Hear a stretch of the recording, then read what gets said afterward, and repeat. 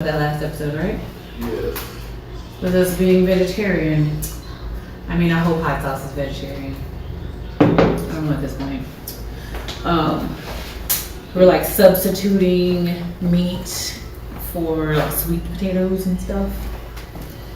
So this is like a Mexican casserole, but with potatoes instead of meat. Yo, that's been incredible. Like I'm enjoying how light it feels. Right. Cause I'm the type that'll definitely get the itis on some, especially like some beef or enough chicken. Like, yeah, it's slowing me down, and I don't need that. I need to be running high octane when I'm running. High octane. Even though it's a marathon, you know, when you need to get up and go, you get up and go. Mm-hmm. But yeah, very tasteful. mm-hmm. Yeah, the flavors are good, fire, really fire. Like most of the time, I only eat sweet potatoes when it's the card right there. That card. Most of the time, I only eat sweet potatoes like during like Thanksgiving and Christmas. Yeah. So like to be able to eat them like all the time is really cool. Right. You got it. Hey. Or like, you know, just when seriously. you cook sweet potatoes. No, You know? yeah, And you don't just get them this often. She got the. And you know what? It's. I think it's dope because like the sweet potato is like so underrated. We're talking about food. Ah, no. Yeah, it's That's so that sugar underrated. candy yam. Oh my goodness. Oh my goodness. Mm-hmm. Slap that sugar on top. But yeah, like I So just like got we to were the we were saying how we're vegetarian now and how we're substituting sweet potatoes for meat. How is that going? Good, Fantastic. actually. So this is like a Mexican casserole but with sweet potatoes. So there's no meat in that? There's no meat. Yeah, it has nothing interesting to me. I only do meat. I mean, like, even growing up, like, I'm the guy you don't take out to eat with you because I'm like, what do you want to eat? Let me get a burger, just put the ketchup, a little mustard, lettuce notes, cheese notes. So how do you like your burger? Bun, meat. But like how do you want it cooked? Ah, of course, the steak medium well, the burger well done. Gotta be all Okay. So you don't need it to move. Nah, It's like nah. most people that are like, I'm Mr. Meat. Like they're like, I want it rare and rare. No. Like, so that's an interesting story, right? I started working at the restaurant Fleming's Fine Dining, nice restaurant. So when I used to go there, typically us as black people, when we get our steak, well done. You know what I mean? Because we don't know. We hear the meat's not done, and it is not. we cooked. were raised. Right. You don't eat uncooked meat. Correct. And then you go around, like I got white friends, so I go around and they eat the ground sirloin rare, and it's like out the pack, like. Move your mic a little bit because it's probably in front of you in the camera. Okay, So okay, we want so to see like your that? space. Yeah. Okay, cool. That's cool. I think it's about right. What do you think is good? Good angle? I think it's good. Good angle. Okay. I think I'm here. All right. Because I noticed earlier that it was like in front of your face, so we Oh can yeah. see you. Okay. Well, we should be good And I'm now. like, I don't want him to be like, oh, so they tech crew couldn't make sure that my face wasn't covered up. Not at all. Not Like, at all. all 6 of them people back there. Yeah, we out here. No, but when I was there, so we're used to the well done thing. That's what I was taught. So when I got to work in there, it's like, first off, when the job, I shouldn't, like, most people wouldn't even, when I got there, I was in Woodland, so they didn't expect me to have the job. Like, when I did the interview, the lady, when she hired me, I want to say when I walked in the room, it was like, oh, like, damn, I must have didn't read this right. Like, so when I sat down, because this is the conversation thing, you get that interview, and me, so, why you want to work here? And I always do research. I always say, do research on anything that you do research so you can have information when they ask you these questions. Why do you want to work here? And at the time, I was on the fly. I seen the kitchen and it was open. And I had never seen that before. So I'm like, man, I like the fact the kitchen open. You know, you can see them cooking your food and stuff. Yes. As it turns out, they were the ones to first concept that. So it's like, man, how did you see? And he Most noticed people that. didn't see that. Yeah. I really like your personality. We'll hire you. What do you know? Spoon and a fork. Like, oh, he an educated black man. Yeah, right. But when they ask you the real questions, like, so they put a bunch of forks in front of me and the spoons, and I'm like, I eat with this and I eat with this. They're like, this is a soup spoon, this is a soup fork, and it's different etiquette. So you have to really learn, and this is the levels. Like, because when you're going to these table with these peoples, they like, hey, I need a fork for it. It's a certain fork. If you bring, you just don't throw a fork in they salad, because they like, what the hell is he doing? No salad fork. Ain't no salad fork. That doesn't pick up the. So you have to learn these things. And then I didn't know there were so many different wines. Like, I never knew about wine. Man, come on now, we Boom Farm. Same. Yeah. Same. So when they like, well, this has been aged, Louis the 13th has been aged over 70 years so it's old, in a barrel. Yeah, and they like, it ages and it fine. And so you get to hearing it, but once you understand it, you see why these people take a craft into it. Because this is a craft. Why you can charge like $500 and $1,000 because you done let this age. That's the thing. Things grow value over time. Priceless. If you don't touch it, it becomes more and more valuable because they survive the test of time. Yeah. Time is money, currency type of thing. So anyway, when I'm there, I had to learn wines. I had to learn the new spoons. I had to learn all different types of steaks. I had to learn where they came from. I had to learn black truffle mushrooms and mashed potatoes. So to get to these levels, because I was just a backwarder. My job was to go to the table, pick up the stuff, and pick it up. Now going into the story of the whole the steak, because I'll get into the steak and then I want to get into like the racist side of it. Right. So the steak thing. So when I go in, hey, Ty, we're on lunch. They give you a meal. Hey, what do you want? So you gonna give me something free? I'm taking a steak every time. Right. I don't want nothing else. I want a steak. They got pork chop, lamb chop. I want steak. I don't want the lamb. I don't know about it, y'all. Yeah. How you want your steak? Well done. You should have seen the room. Everybody.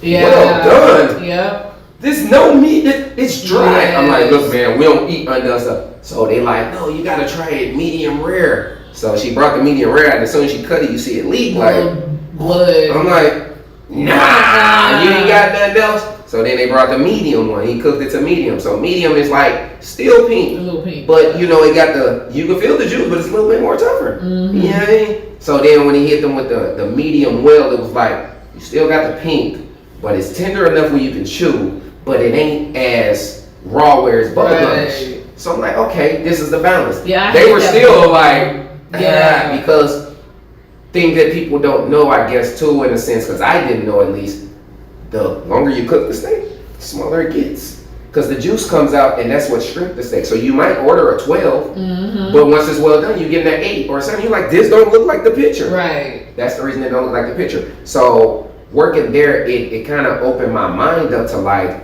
wow, there's really different levels to this stuff. Like, they just ain't eating. And then the thing is, like, they're bringing in imported steaks. These steaks are fresh every day off the truck. Right. It's not a frozen steak out the back, running under some water the night before we gonna cook it. Right. These are the reason these things changes. So remember how we were talking about race, and it's kind of what you accept. So I would go to tables. You have $100 plate, steak, asparagus, and all that other good stuff. I'm a backwater, so I'm bringing your food to the table. If I sit, my food here, every other plate is around the table. 75% of the time, you're eating off that other person's plate. You never touch your plate. I'm observant. I see things. I watch. I know racism is real. I know people feel a certain way.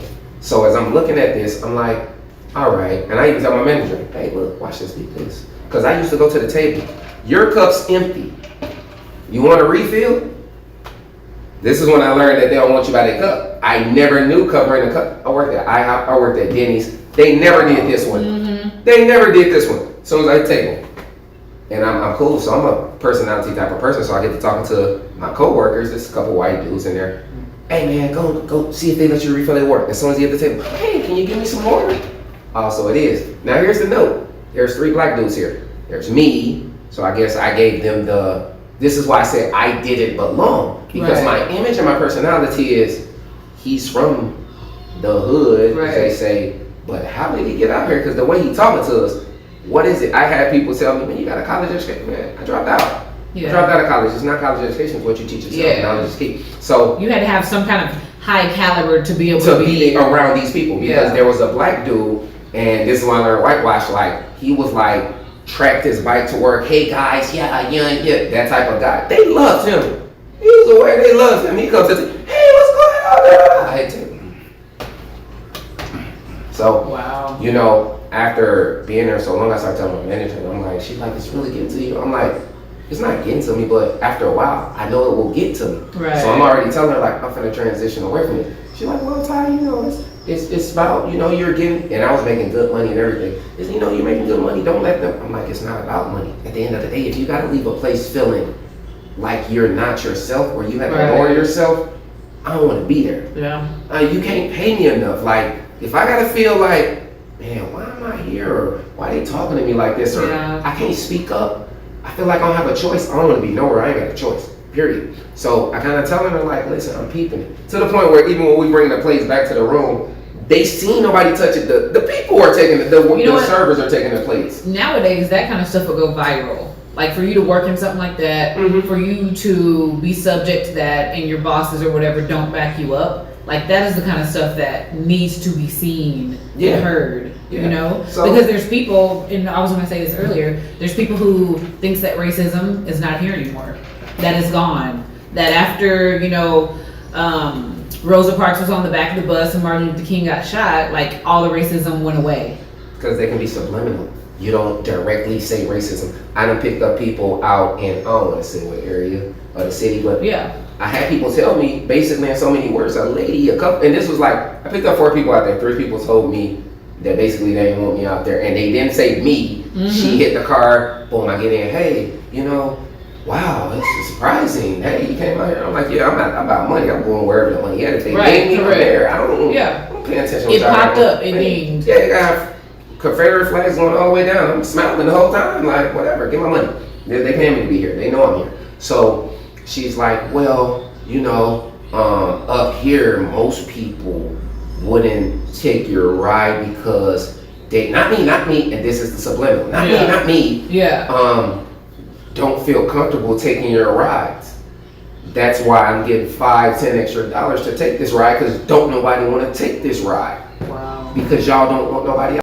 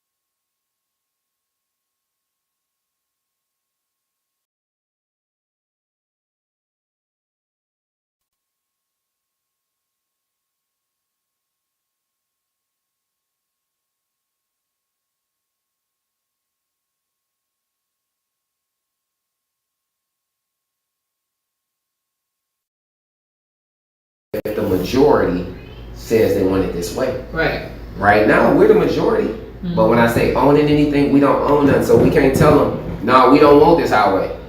What's stopping us? Right. Y'all don't own this land. Right. Take 100 picket fences and signs and root all you want to. Build a highway. Mm-hmm.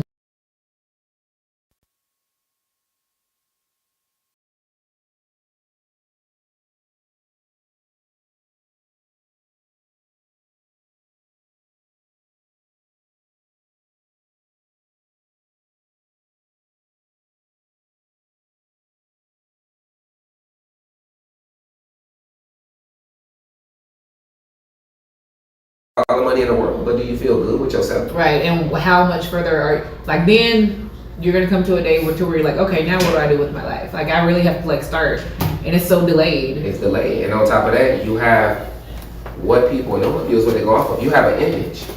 If I'm a stable, successful man, the last thing I want to be seen with is, not to say it like that, someone that I know any and everybody, a random, nobody will be like, hey man, I seen his wife naked. Nah, I don't want that. Mm-hmm. I just told you things gain value, over time. So the girl that's a virgin in high school, when she get out of high school, every dude want to talk to her because he like, man, ain't nobody touched that. It's untouched land. Every dude has in their mind, if they get a girl first, she's his forever.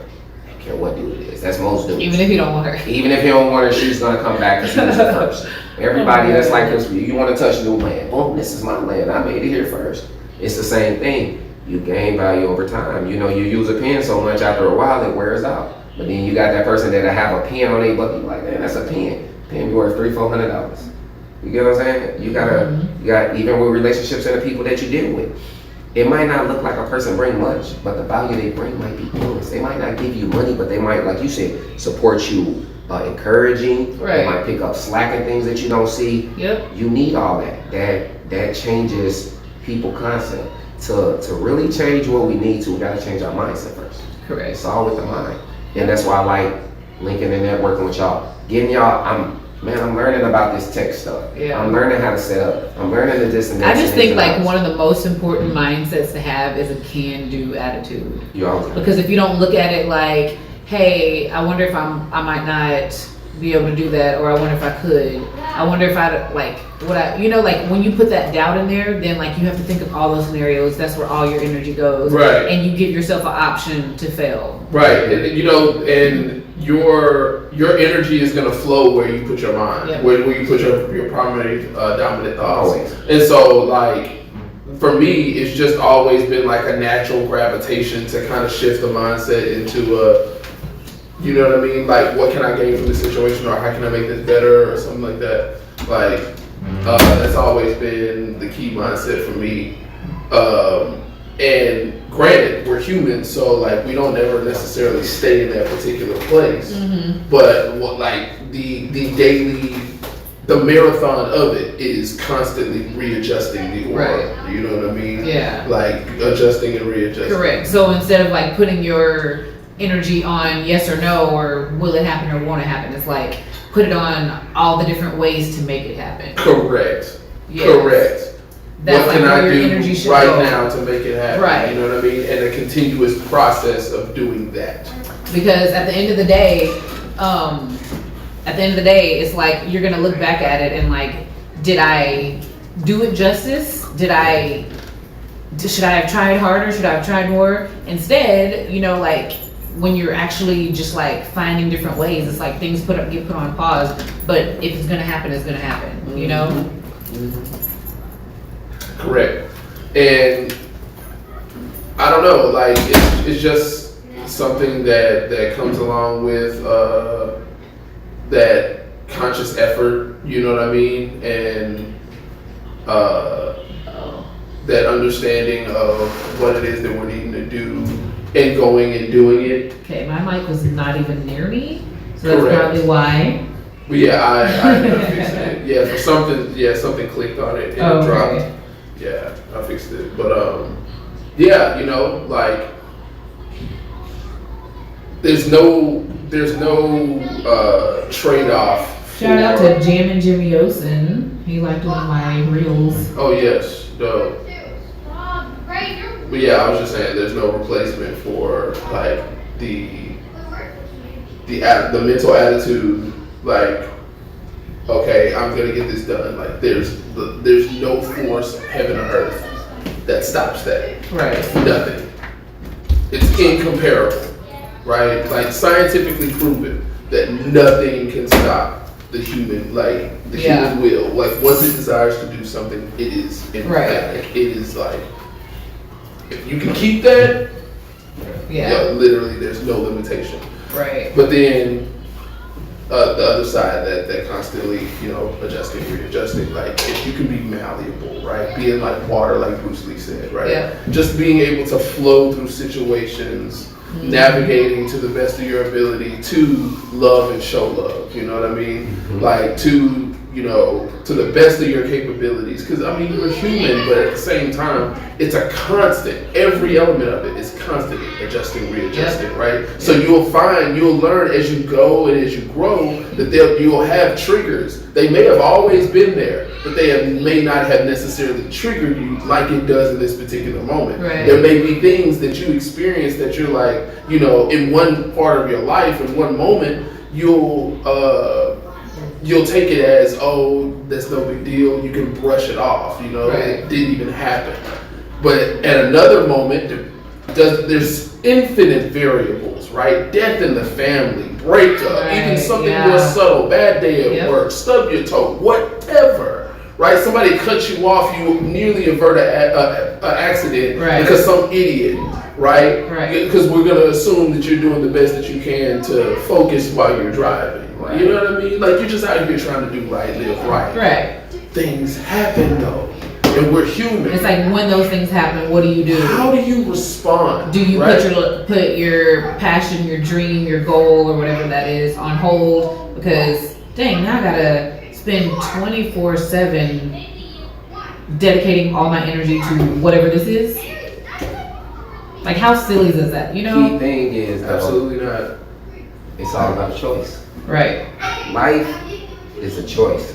You can choose to get out of bed, or you can choose to stay in it. Right. You can choose to chase your dreams, or you can choose to put your dreams on hold. Yep. But whatever you choose, live with that choice. Right. Don't say, my mama said I should have went to work.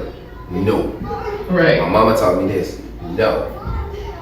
You still had a choice. Right. I told you, because that's where your biggest haters come from. Right. People who tried and failed. Because they made a different choice. It's a victim mindset, because when it goes right, you don't say, mama said do this. Right. But when it goes wrong, mama said do this. Right. Or another good example, I can give you advice, and if it goes right, man, I made that happen. But if it goes wrong, I knew I shouldn't have listened to you. Right. You see what I'm saying? Yep. It's a choice. Yep. You don't, because if I tell you to go rob a bank, you ain't gonna go rob a bank if you're scared to go to prison. Right, correct. That's a choice. Can you knock on this window? You know what I mean? These little heathens. Turn it up. Yes. But that's a choice. Like, we choose to do things, but as long as we can have an excuse, we'll try it. Right. Because nobody wants to face and deal with the blame. Yes. But the best thing comes from making your own choice, is that if it went wrong, the you can enslaved live with it. mentality. Like, you were not allowed to be proud of anything. Nothing. Like, it's still to this day, it's still like, I make myself celebrate myself. Like, because we're told that we're not allowed to do that. Because first of all, you can't celebrate, because then the devil gonna creep in. Right. Devil gonna see that you're happy. Always. And so, like that's what they tell us. Like, that's what they instill in us. Like, don't be, don't go around bragging. Don't go around talking about nothing. Keep your mouth closed about it. Like, I say I tell myself, my greatest victory is my greatest failure. And the reason that is because I overcame it. right. Yep. Victory Because you didn't comes stop. overcoming something. That's where the victory comes. The victory isn't in winning the race. Right. It's overcoming, going from the start. Right. Man, you gonna go through some. In a race, you get tired. Right. You'll get drained. And you're not defeated if You're keep going. not defeated if you keep going. It's not over till it's over. Right. A lot of people want to be like, my greatest success is when I made it big. No, my greatest success is when I failed the first time. Right. Now, I kept going. Right, I kept going. That's the greatest success. The greatest reward is making it. Mm-hmm. That's a reward. That's not the win. Right. The win is overcoming the loss. Right. You can't win till you lose. Right. You see, you can't win till you lose. Right. So we have to lose. In this podcast, man, season 1, that was a win. Right. To most people, even to the norm, it could feel, maybe even to cast members, maybe it feels like a loss. Right. But to you, we got season 2. Oh yeah. Season 1 was a win. Yes, and we had people asking for the next season. Like, that's a win. That's a win. Yeah. That's a win. But the loss came in that was, you had some members fall off. Right. You had issues behind the scenes that people didn't know about. Right. You had things that went on that led to this. Hey, we got to episode 13 with no shoes, no wig on, busted up lip, and everything. But that later on is when people look later on and say, man, look at them. They just think they just think they everything. Yeah. Go look at season 1. Right. You'll see. We come, we work for everything we got, but you can appreciate it. If I give you $1 million, Art, I guarantee you'll blow it within a couple days. Why? Because you didn't earn it. Yep. But if you earned $1 million, I guarantee you, I'm like, hey, Art, let's go out to the club. Like, Hey, look, ooh, things a little higher. how much is it to get in? But I could be like, all right, let's go to the club. I got bottles for everybody. Because you didn't earn it. Yeah. That's what happens in success and even in these arts and these music. A lot of these artists ain't earned that right. Like, they had one hit song, people told them they was the greatest, and they felt like they made it. You ain't earned anything. You need albums. I'm gonna tell you something though. You're wrong about one thing. What's that? Give me $1 million, I'm not blowing it. Bro, you gave the look. And see, that's the thing about certain few. Like, I love, like, it's not always the rule, it's the exceptions to the rule, right? And like, that's what we are individually. In our lane, we're like the cheat code. You know, it's like, it just works out that way for this particular type. Everybody has that in their own particular way. Mm-hmm. Man, listen to me. You give me a meal right now, it's a wrap. Like you're able to do so much in this day and age with so little. Of course. I would be astounded at what God would allow me to put my hands to, just with an investment of that type. Right. Bro, in this city, and like, the only thing that I hate about it is that it didn't come sooner. Okay. Because everything is sky high right now, and guess what, people? It's not coming down. Nah, like, it's only going up. The floor is going to raise like several feet above sea level. Look at history. Yeah, it only goes up. It only goes up from here. Mm-hmm. So, like, the only downfall is that it was not accumulated or gathered or gifted prior to right now, because everything is a little bit more expensive. However, it's still for sale. It's still available. Mm-hmm. Like, I love what you were just telling about Tomball, because you came from Milwaukee and experienced it. Man, listen, Milwaukee is small. It's when most people hear Milwaukee, they think Wisconsin, they think cheese, they think Green Bay, they think white people. They like, it's black people in Milwaukee, and this is the joke I give people in Houston. I say it's Southside Houston. I'm like, oh. As soon as I say South, right. Because you know the difference between the North and the South. Right. Like, I learned early with driving. Once you hit the Beltway, we there. Yes. You go north of the Beltway, that's safe zone. That's the UI. You still gonna run into it. Yeah. But you go south of the Beltway, yeah, you gotta be ready for it. Right. You know what I'm saying? And it's all love. I'm not saying nothing bad, but the reality is the reality. It's where the money's at. Mm-hmm. The money's more north. It's just the reality. And look, it's the same exact thing. Like, the further you go north. Yeah. Because this is just, a lot of it is just untapped territory. It's untapped, like, and like, the same thing that's going on in Tomball, it happened in Pearland, it's happening in our hometown, right? In little small areas around it. Like, look, case in point, I forget the year, I want to say it's 40, 20 2040, but the projection is for the Texas population. It was, when I read the report, it was around 25 million. Now we're at somewhere around 27, 28. We're going to 50. Right. 50 million people. So to get that many people, you can't build. I worked at a casino in Milwaukee. Here's the thing. The intelligence of people, when you want something done, you'll figure a way. In Milwaukee, there's a casino called Potawatomi. They got that much room to do whatever they want to. Mm-hmm. In this box, you could serve liquor, you could gamble, you could do whatever. Anything outside that box, you can't do that. Illegal. So how do we maximize this box? We go up. Mm-hmm. You never told us we can't go do it up, just out. So they build a casino, and then they build a hotel on top of the casino. Right. Genius. So then as long as I keep building up, I could gamble all the way to the sky. I just can't gamble outwards. But that's fine. And so it's even with us, even like the land and all this stuff being built. There's so much land now that it's so many people, we got to use this land. So we building these subdivisions in all these communities. Exactly. Right? But I said 5 years ago, like you said, I'm watching.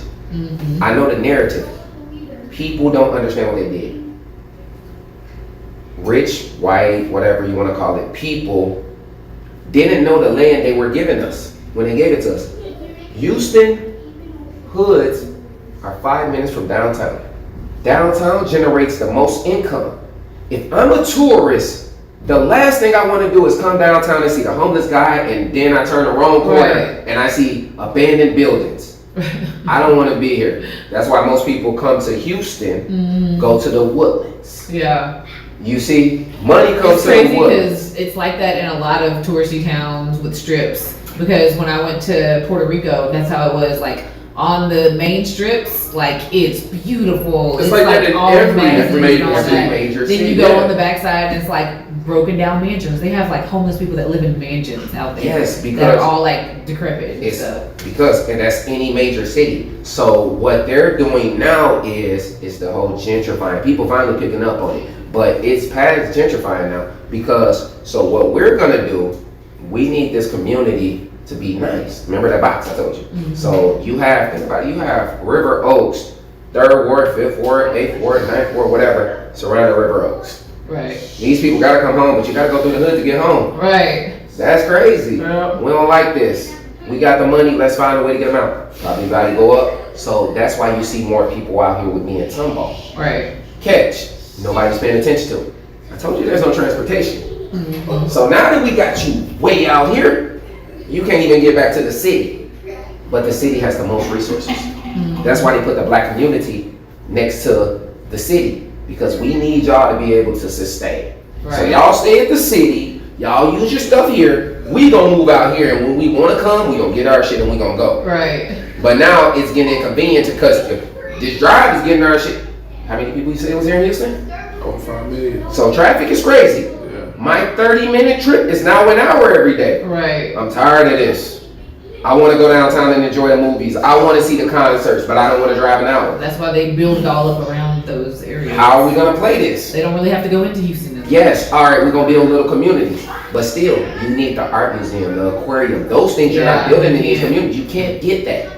So we need to move them around. How do we do that? Hey, we building houses out here, low income, rent assistance approved. Go to Tomball, go to Pearland, go to this land. And then we're going to take these houses, get them from the homeowners, because most of these houses are owned by the banks anyway. Yeah. Get them from the banks. Like, give us our land back. Bam, bash them down, build up condos.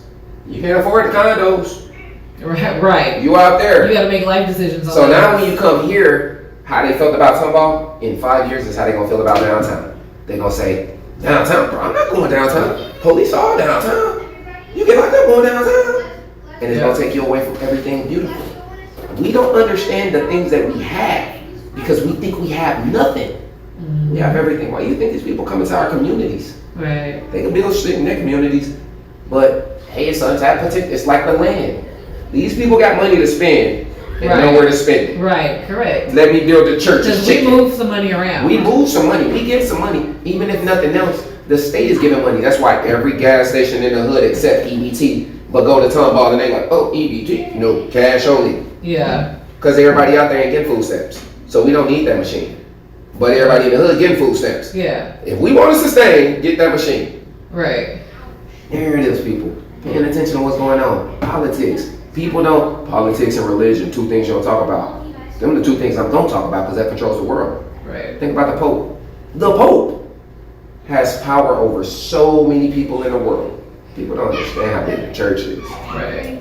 Religion and politics run the world. That's why we don't want you talking about it. Right. And If that's you all. don't talk about it, you don't know nothing. So my ex-husband is white, and they're not the like cool white family at all. Like they're really like they still have a lot of backwards thinking. Mm-hmm. And so from the get-go, when we first started dating, his parents didn't allow him to put it on Facebook or any social media. And so finally, you know, he got a little, you know, courage, I guess, together and was like, I'm gonna put it on there. The moment he put it on there, so many of his family's friends called them and was like, what's going on? Who's this? What is this? What, you know, like, who knows what the conversations were. Uncle Charles passed away after that. Correct.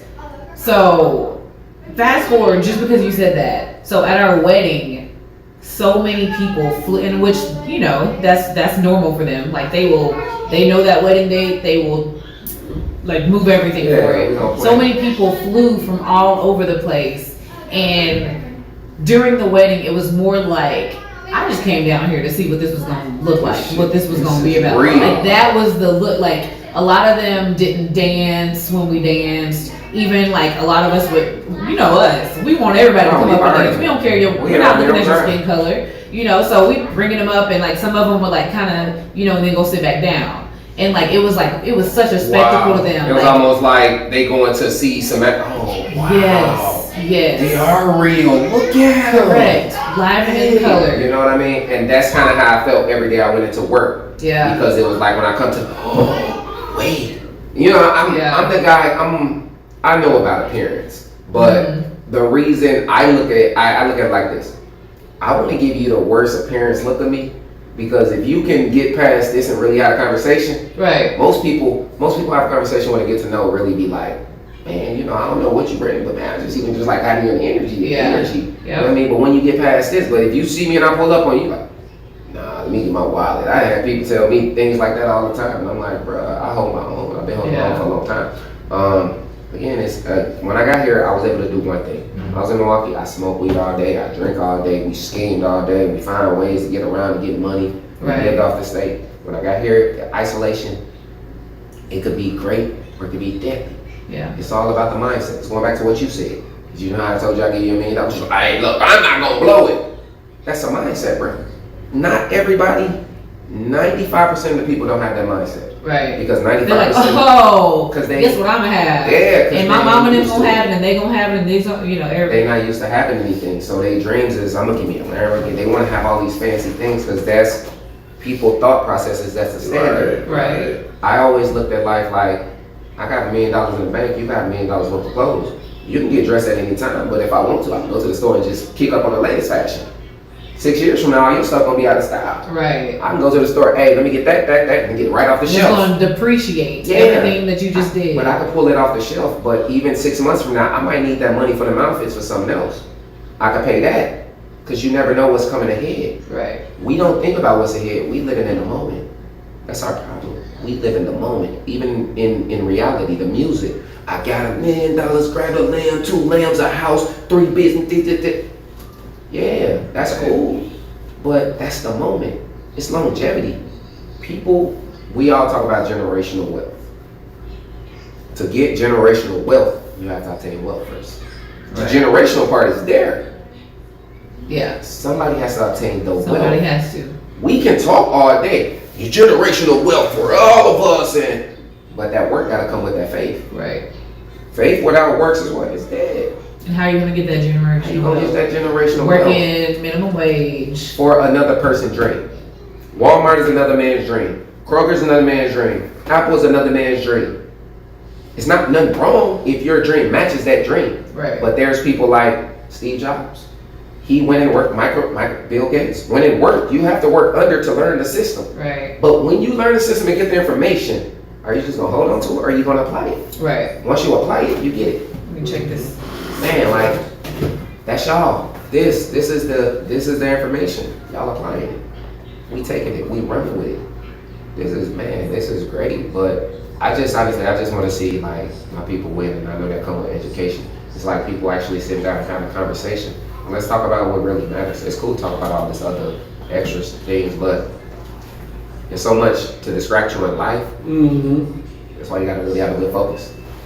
I don't know. I'm learning to get my focus. Like even every. No, that's important because, man, the thing about it is like there's always gonna be things to distract you, but like you said earlier, man, like just readjusting, right? Like getting back focused. You know what I mean? Mm-hmm. Like we always gonna have those moments, but getting back up, continuing, not stopping, not quitting. Like it's the basic elements, man. Like every story you've ever heard, it sounds the same.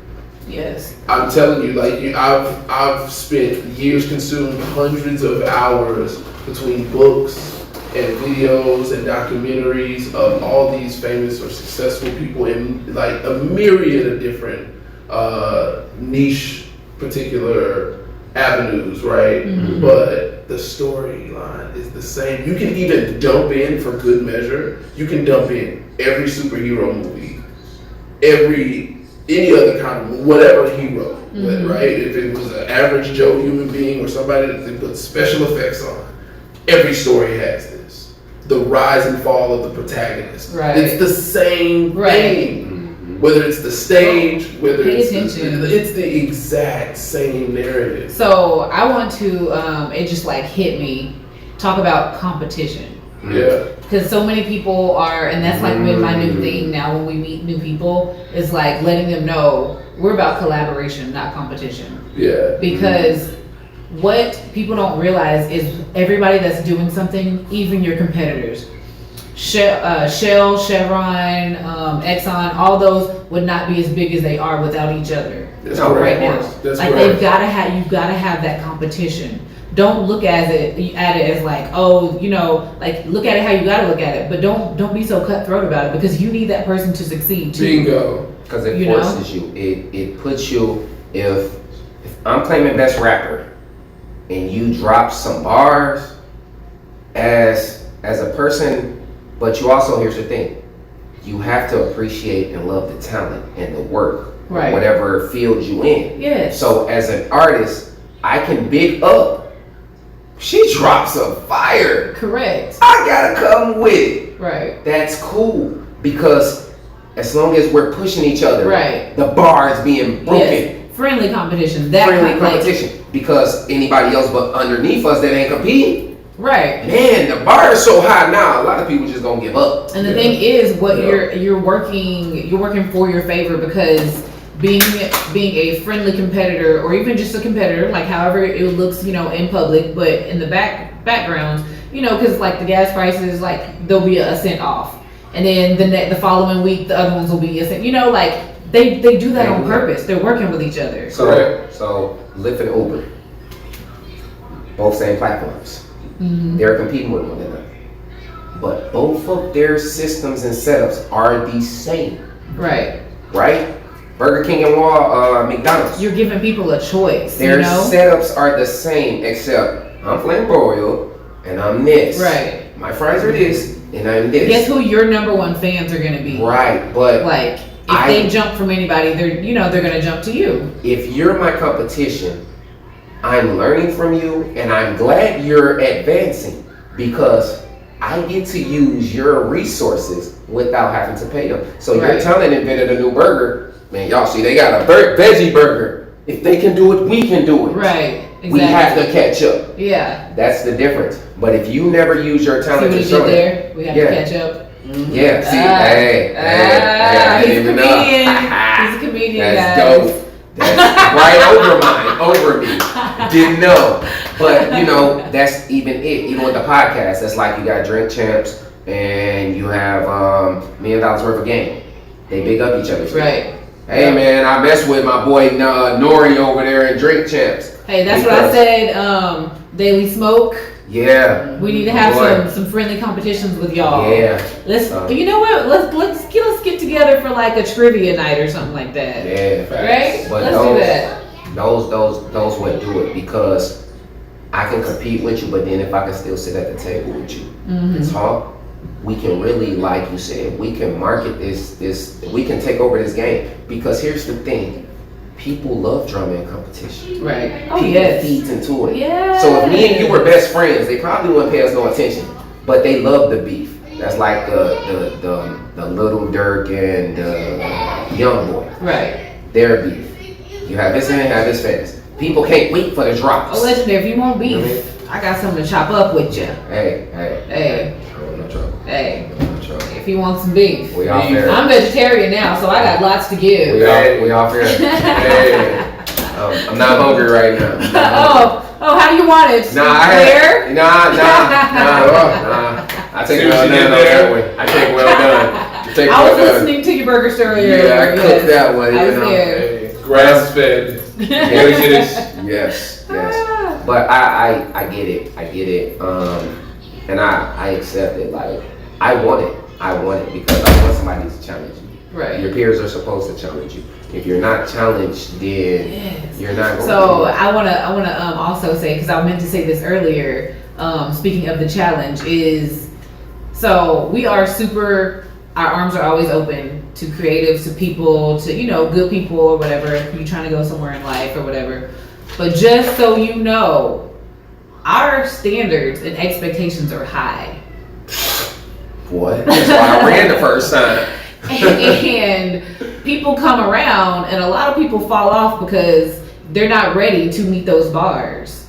But we expect a lot because we expect a lot of ourselves. Yeah, sure. Period. Point. Like you don't see everything that we learn, tweak, do, blah blah blah. Like I wish we actually would have taken a picture of this setup from week to week, because we have this thing where if we're doing something every week, we're going from week to week. If we're doing something annually, we're going from year to year. If we're doing something like everything, like we do that for everything. Like how can we make it better? So we push other people that come around us and say that they want to do something, want to be great, want to expand, whatever it is. We push them just like we push ourselves because we know what it takes. And we know that it's going to take this rigorous schedule and being flexible and doing all this kind of stuff, as we grow our team. And we're doing so much, we're still just beginning, Correct. Still the early stages, and there's so much to be said in that. Like there's such a mouthful right there, but like excellence is something that is not really measurable. You know what I mean? Like no matter what level it is, you recognize it. It's not measurable, and it's not quick. Excellence is not quick. No, that's. It's not the newest craze, the fire, rock. That's not what excellence is. No. It takes work. It takes time. No, for sure. Like, I love the comparison that a lot of people would use in the sense that like Toyotas and many cars that are manufactured the same. They'll have a new one out in less than 90 days, right? Yeah. Whereas you take something like a Rolls, and it takes like a couple years. Yeah.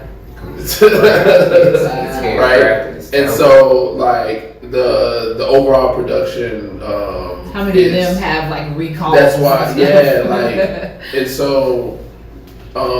Realistically, like you don't even have the manpower to put out that many vehicles. That's why you only make so few each time, right? Yeah. And so that's something to think about, right? It's like what kind of craftsmanship, right? What kind of value are you baking into what it is that you're doing? That's the key, right? Because what we do as consumers, right, is we look at cost and kind of overshadow value. But people that spend lots of money, they think of it completely flipped, right? Like that's why equity is so important in real estate, right? It's like, okay, that's where people make money, is in that space. I see how much it costs. I see what I'm having to invest in it. Now, what after it's done and the value has been put into it, now what is that room? What is that number? The difference between what I paid, everything invested, and what that equity position is. That's where I actually make money. Okay, so the average purchase doesn't look like that, right? We're not going and driving through drive-throughs thinking about how much value we're going to get off of the number 5.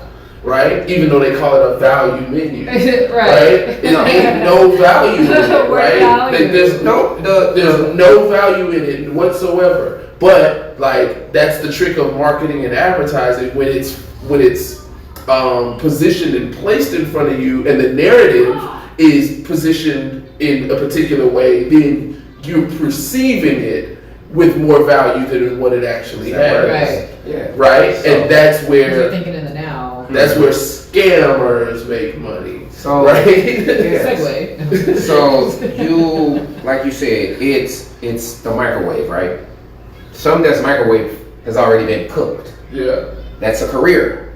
If your career is microwave, it's been cooked. That means it's copy carbon of another career. I'm a record label. Hey, be like him. He's what's hot. Bing. Get the money. Once we get you, you gotta eat it fast. Because if you don't, it's going back hard again. Right. It's basically no good. You know what I mean? So what you say, then there's the cook effect. The value comes resources. There may be a lot of ink, but there's only limited supply of this ink.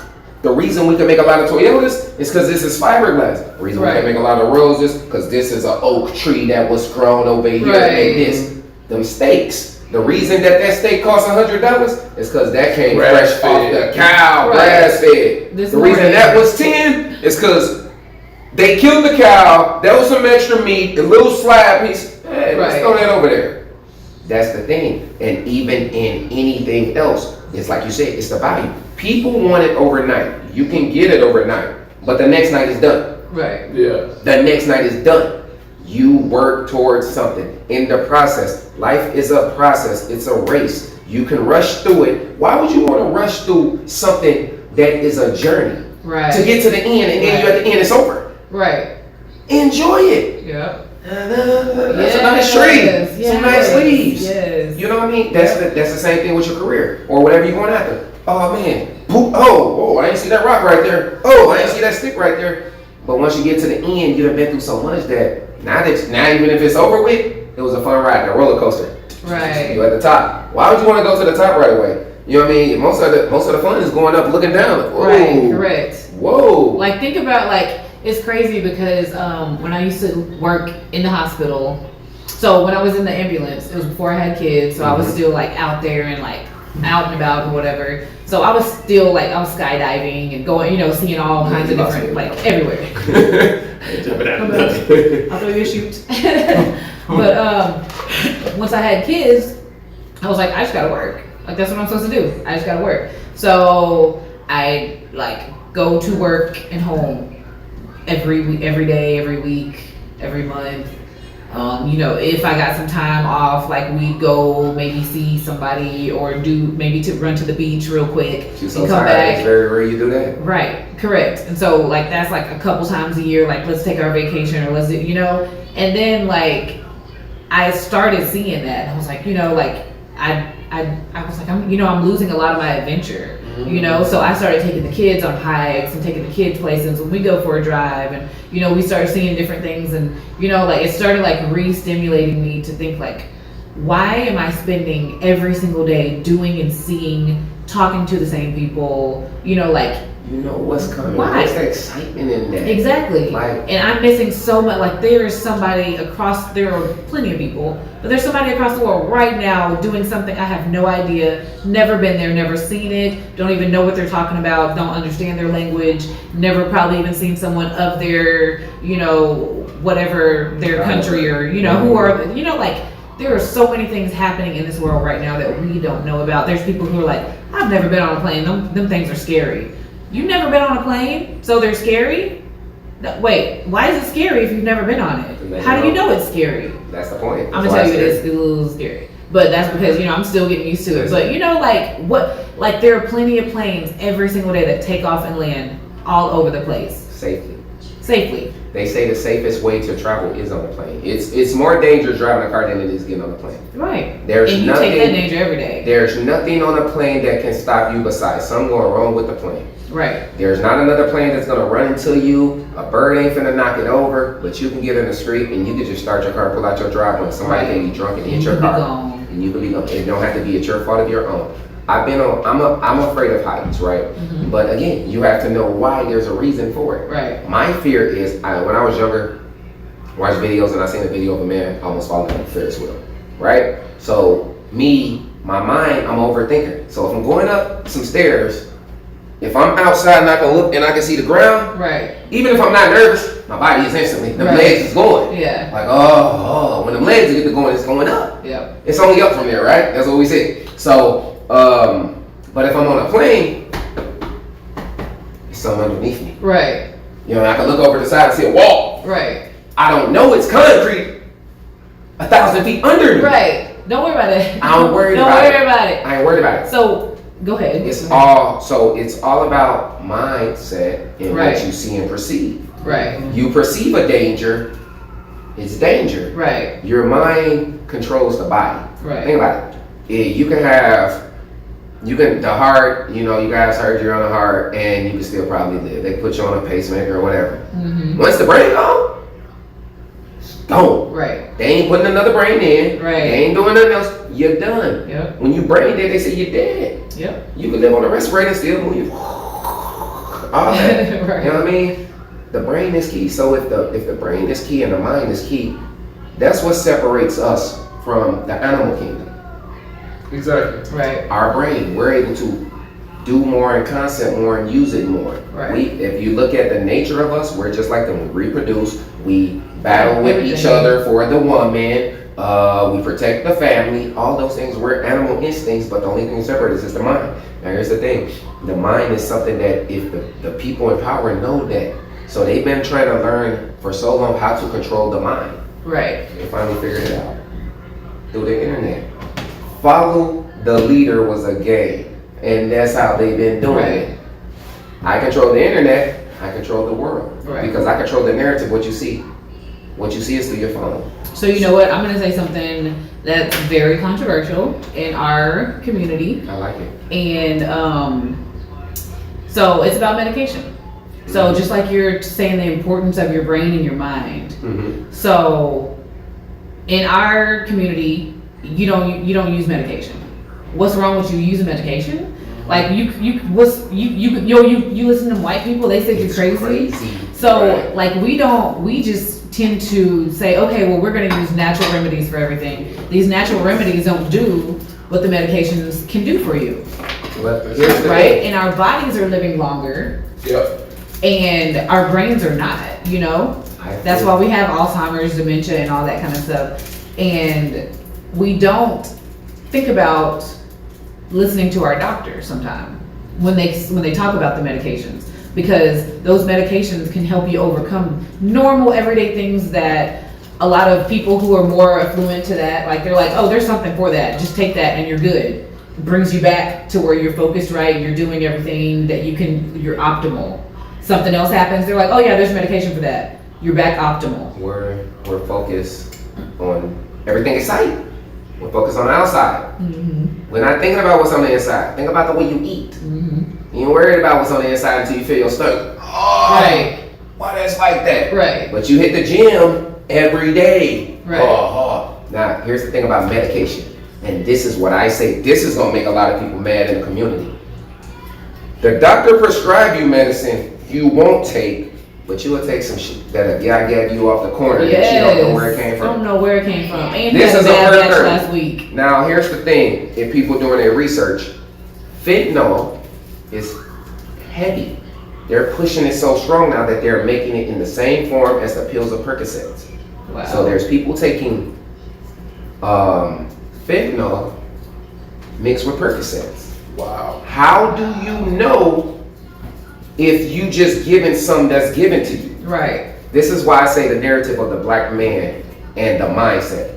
The black person is the most innovative and creative and greatest salesperson in the world.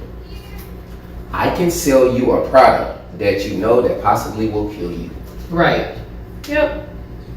And just What? kill me, homeboy. And make you come back to me. Yep. I don't have to find you. You're looking for me. Yep. And the doctor is giving you something that he's trying to bring to you, and you get it and you resell it. Right. Instead of giving some for you, and here's the thing, everybody's medicine ain't prescribed the same levels. Right. You can't take what I take. Correct. So this was 5 prescribed for milligrams, me. 20 milligrams. The 20 might work for me. The 20 is gonna kill him. Right. But Yep. hey, I got these pills. A guy comes say, hey, I'll give you $400 for all those pills. I don't need them anyway.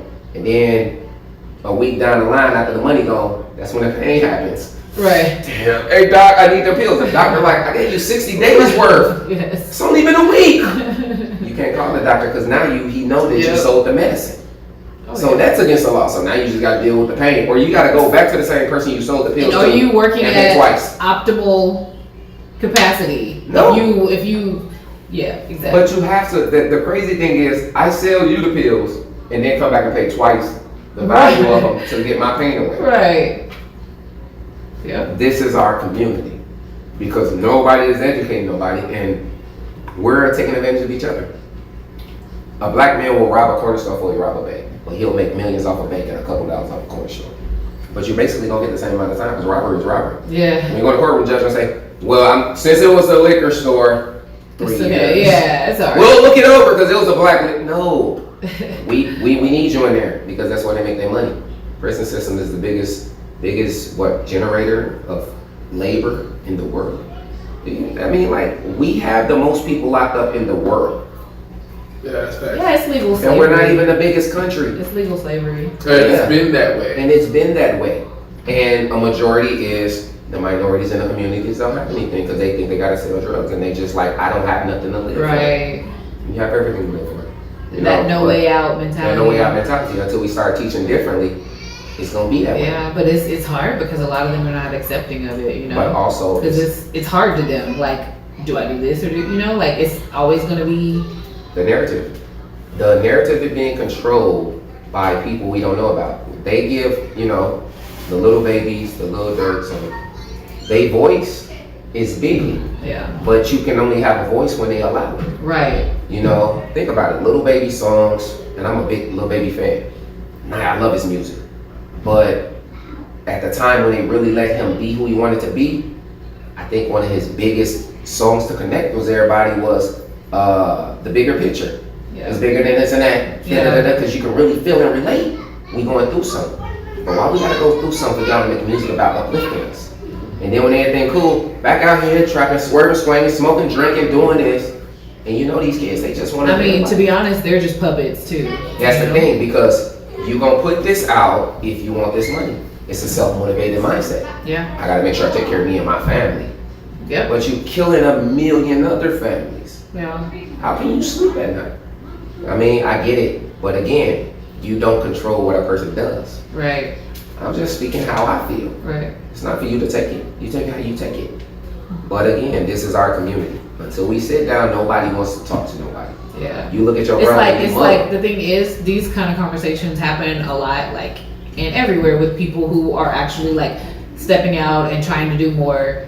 But like at the end of the day, if we are just, I said we need more to do it. But at the end of the day, if we're just sitting here talking about it, and then we're like, cool, good to see you, what's up, woo woo, and you go to where you live and you go to sleep, we go to where we live, we go to sleep. Like, what did we do about it? It's nothing.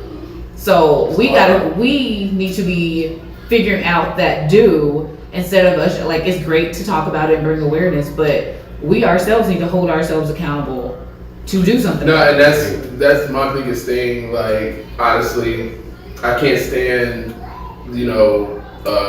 for me, for example, like, I didn't grow up in an impoverished situation, right? But the struggle is real, and it's like that, like, across the board, And so, for me, I was always shown situations where,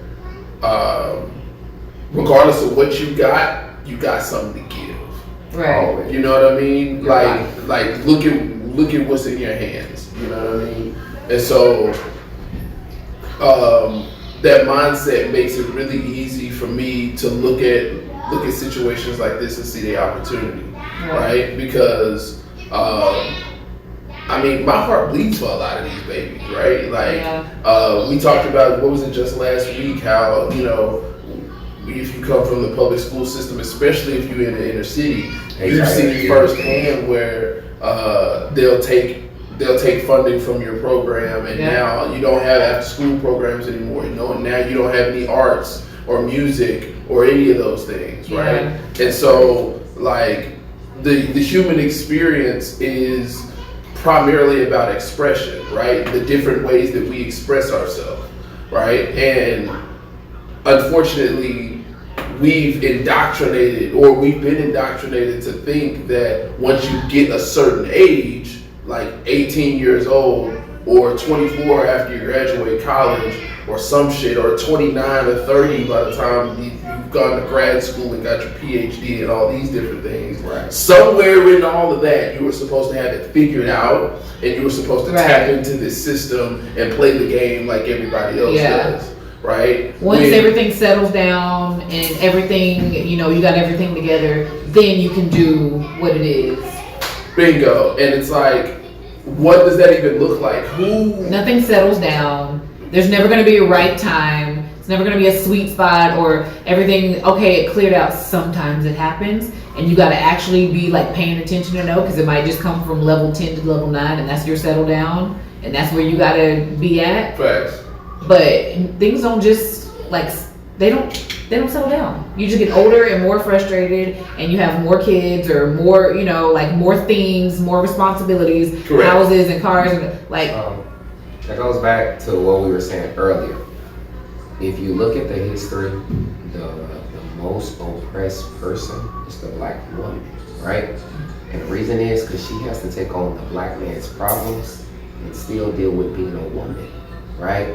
Women already are looked at as inferior. I don't want to use that word, but nothing offends me. Just in general, they're looked at as underneath, right? And the black woman, the black community and family has been broken up to where she's alone.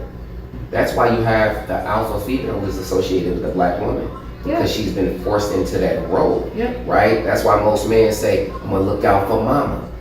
You get what I'm saying? And it's beautiful to see the steps that they're taking, right? And it's going back into what you're saying, because I grew up in that impoverished neighborhood, right? But even though you might have not grew up in it, when you get grown, you go through it. Right. You get it? So that's like the rich. Remember I said the silver spoon. I don't want to be the silver spoon kid, because if you got everything, when you lose it all, you ready to go. Right. You can't do this. What? No. I was just in the Four Seasons. Right. It's easier to go away from. I had everything. I don't want to go through this.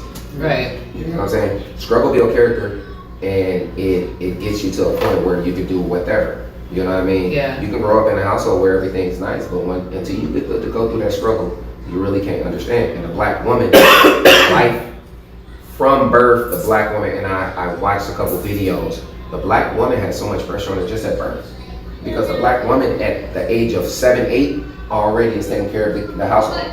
She's raising the brothers and the sisters, because mama got to go to work. Yep. And mama got to get out here. So she's already being made and molded into a mother before she can be a child. Mm-hmm. So then they wonder why she's always like, pick this up, pick that up, do this. Why you can't do this? Why you can't? Man, she been going through this for 15 years before she even met you. Right. She ain't got kids. That's how you. Why are you so controlling? It's not that. She had 3 brothers, 4 sisters, and she was looked upon to hold everybody down. Right. And now that they all doing good, she don't know how to turn it off. That's why you hear these women say, "I'm looking for a man to be an alpha to come in," because they never seen a man come in and control nothing and hold them down. Exactly. Like it's a unicorn. It's a unicorn. So then he come in, and it's like, as soon as she had to help him, she's like taking care of her little brother. Yeah. Bam, man, damn, I just went through 18 years of taking care of little Ray right now. He grown and doing this shit. This nigga can't get it together. I'm not raising no, that's when you hear that, I'm not raising no grown nigga. Right. You know what I'm saying? It's all stimulated from beginning. And it's messed up that, and then we look and everybody point the finger at the black woman. She's aggressive, she's mean, she's this. The white woman, listen. The white woman didn't have to be a mother. The white woman got to be a kid. The white woman got to watch her mother look up to the daddy, and the daddy go to work and come home and pay the bills, and she cook the dinner. So that's why the white woman does that. We do what we learn. We do what we see. There's no male for the woman to even go to. Yeah. Because even when she bring a male in there, this guy is already halfway broken. So he just I don't know. I've been around enough like wealthy black people to say that it's a lot of a money thing as well. Like money, it's not just the white people. So I've been around a lot of white people that grew up just like me or worse. You know? Because that's why the divorce rate's so high. You hear me?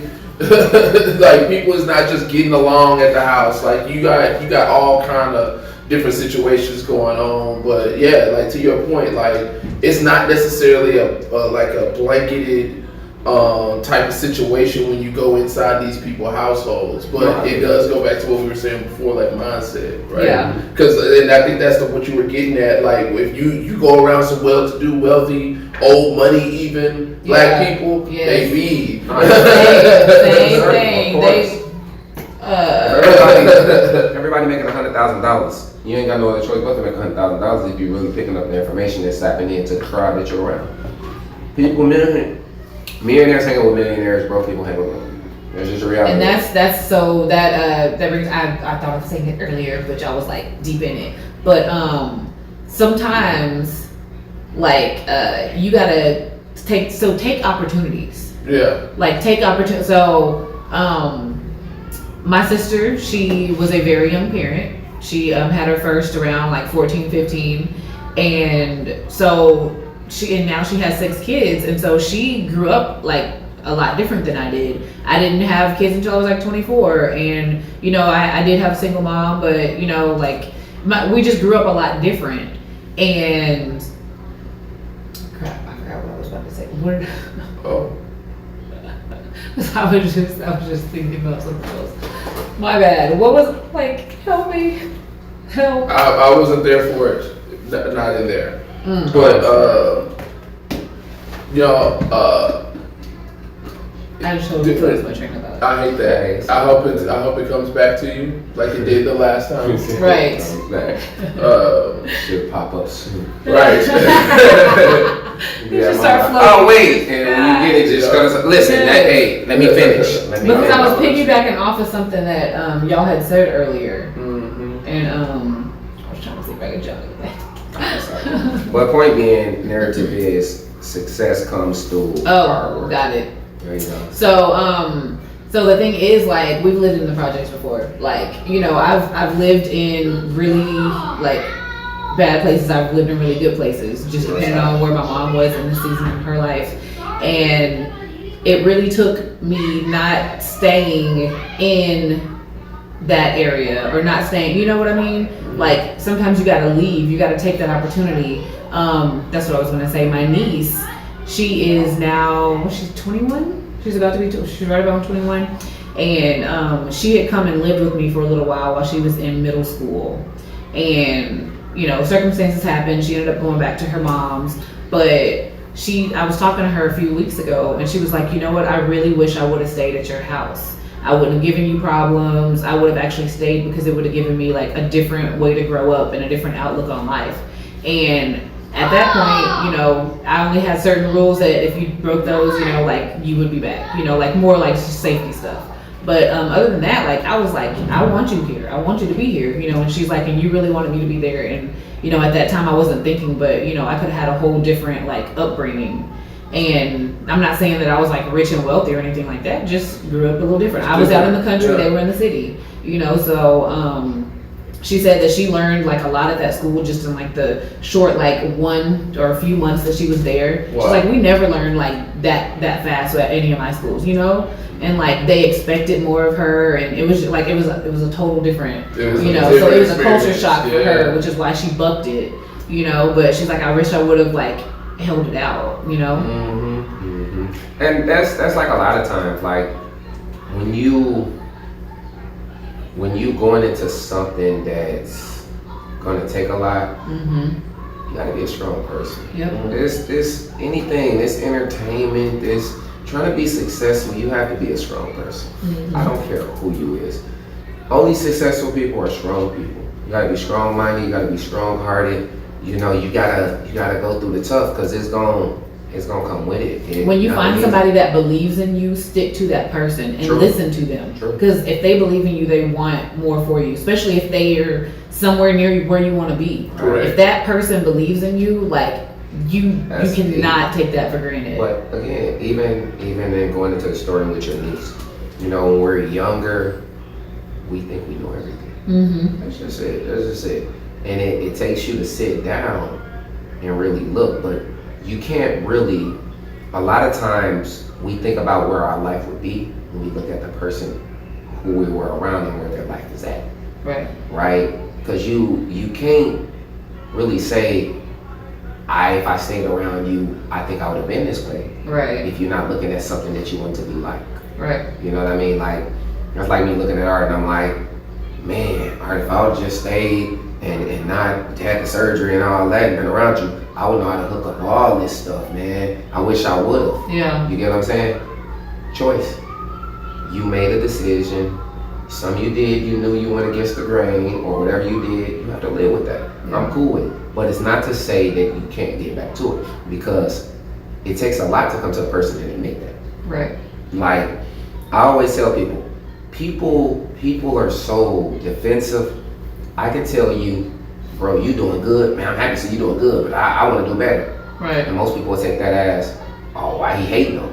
No, I'm actually telling you, your greatness is making me want to be great. That should be the ultimate compliment. Correct. But you took it as, I'm competing and I want to see you fail, or I want to be better than you. Every man should want to be better than the next person. I mean, you should think you're the greatest person in the world. I'm not mad at you, Art. You say, hey, Legendairy, I think I'm a better comedian than you. Great. I'm glad. I think you are too. If you believe it, I believe it, because I know what I bring. You get what I'm saying? But until you know yourself, you will only project. People can project what they fears on you. That's what I heard. They project their fears on you, and we allow it because we'll be like, you'll be like, man, I got this show, I'm gonna do it, and then 3 people like, bro, you think you're really ready? You think you really comedy? And so now you're down there. So that's actually something I teach to my theater parents, because a lot of the students that I end up getting in have not done theater before, therefore they do not have theater parents. You actually have to like go through a whole, at least 1 show process to be a theater parent. And just because your kid's in theater doesn't mean that you're a theater parent. And a lot of them have not gone through that process, and they don't understand. You know what I mean? And oh my God.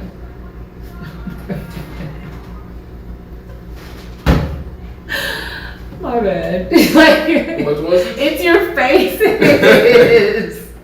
It's his faces. No, wait till you watch. Keep throwing me off. Wait till you watch the playback, because I got some good ones in there. Faces. You sit back here practicing more. I'm like, what is he trying to signal me? I know my face, and so like sometimes what I'm thinking is where I'm wearing it, and so like I'm not aware of it in the moment until it's too late. Earlier it was like maybe something stank, or he was trying to think about what he was eating or gonna eat. Like I didn't know what it was, but like I like glanced and I was like, don't glance at it.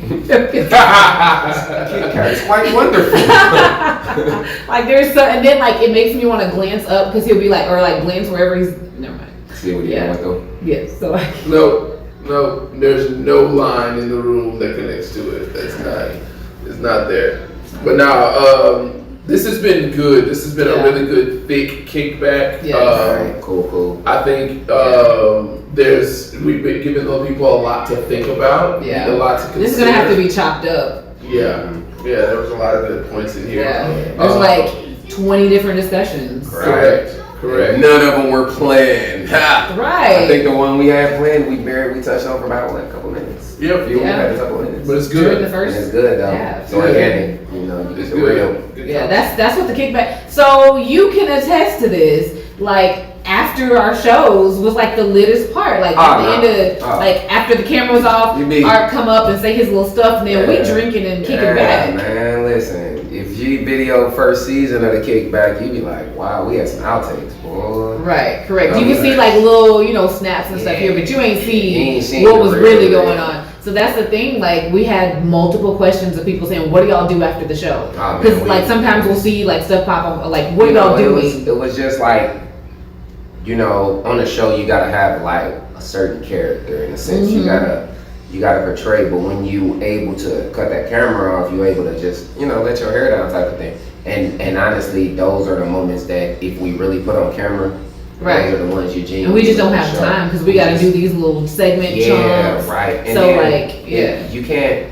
Sometimes you just can't. You're never able to really be able to capture the moment unless you always rolling. Right. And some of the best moments are when you ain't rolling. Yeah. It just so happens ain't nobody gonna pick up the phone because when you pick up the phone, the moment don't feel the same. Right. You know what I mean? So you just gotta be here to see it, man. Once we get these studio artists in here and everything, we up, man. But these even the shows, if you think the show good, when we get back these kickbacks and the recording, now you really get the details and the ingest and so we've had some in studio audience people and a few different episodes this season, and we've even brought in it's in my blood. We even brought in some of the audience members to jump on the kickback. So that's how we met Wu-Tang. Yep. And who else? That's how Wu-Tang. Yeah. I hope you made it back. Like I ain't talked to you since you made it back from Vegas. Oh, Vegas. Yes. I think he's back. I think I saw something on his Instagram. He's back. Yeah. I think he was coming back the same day we were. I don't remember. But yeah, so that's how we got to know him. And then like there's other people that we've met on the kickback or that got to jump up on that was not planned just because they stopped by the studio. So yeah, we haven't really been pushing for in-studio audience just because there has been like different COVID cases around and near us, and within us as well in the past, 6 months to a year. So we're just still kind of, not really pushing that, but we do appreciate y'all jumping in. Yes, tuning in and all we that. We appreciate y'all. Yes. Yeah, so it's been real, it's been fun, but we gotta cut the cord. So y'all have a great time until next week. It's been the Off the Wall Nights Live Kickback with Miss Bree. Artistic Virtuoso. Legendary all day. All right, peace out. Appreciate y'all, man. Already. We're gonna have this boring. fun. So I'm just gonna have to announce it tomorrow. Like I never announced the radio show. Oh, yes. Special